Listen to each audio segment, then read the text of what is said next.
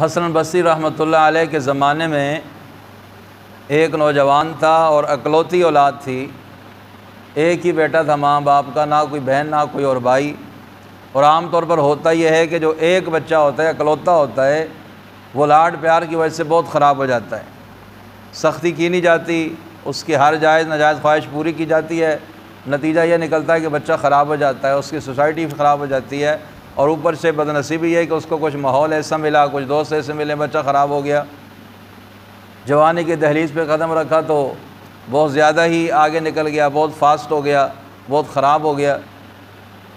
ماں کا بڑا نافرمان، ماں منتیں کرتی، دعائیں کرتی، سمجھاتی، لیکن وہ ایک بھی نہ سنتا۔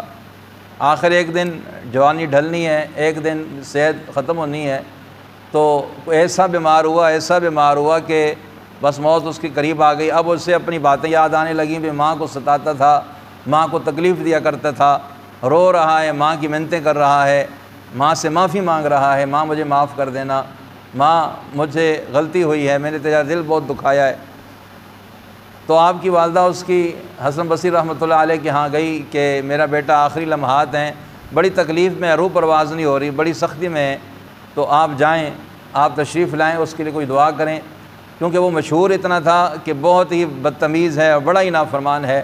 حسن بصری رحمۃ اللہ نے فرمایا چلے جاؤ، میں نے نہیں آنا ایسے آدمی کے پاس۔ حضرت نہ آئے، ماں چلی گئی، بیٹے نے جو کچھ فاقہ وہ پوچھا بھی کہاں گئی تھی، کہا جی وہ ایک اللہ والے ان کو بلانے گئی تھی، کہا کہ نہیں آئے، کہا جی تیری باتیں سن رکھی تھی، انہوں نے تیرے حالات واقعات ان کے سامنے تھے اور انہیں آنے سے انکار کر دیا۔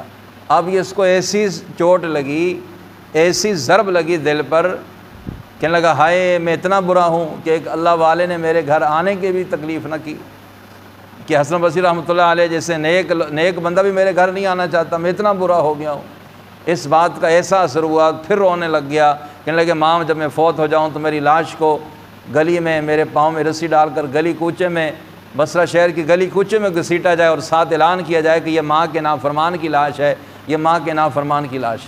اللہ اکبر۔ یہ باتیں کرتے کرتے کلمہ پڑھا، روح پرواز ہو گئی۔ اب اس کی روح پرواز ہوئی، تھوڑی دیر بعد دروازے پہ دستک ہوئی، اس کی والدہ باہر گئی، حسن بصری رحمۃ اللہ علیہ دیکھے دروازے پر کھڑے ہیں۔ ماں بڑی حیران، حضرت آپ نے تو آنے سے انکار کر دیا تھا، آپ بغیر بلائے کیسے تشریف لائے؟ کہنے لگی اللہ کی بندی جب تو چلی گئی تو مجھے کچھ غشی سی آ گئی، میں کچھ سو گیا، خواب کے اندر مجھے اللہ رب العزت کی طرف سے القاء ہوا کہ جاؤ میرا ایک ولی فوت ہو گیا ہے، اس کے جنازے میں جا کر شریک ہو جاؤ۔ اللہ اکبر کبیرہ۔ تو اندازہ لگائیے جب اللہ پاک کسی کو معاف کرتے ہیں تو کیسے اس کی کایا ہی بدل دیا کرتے ہیں۔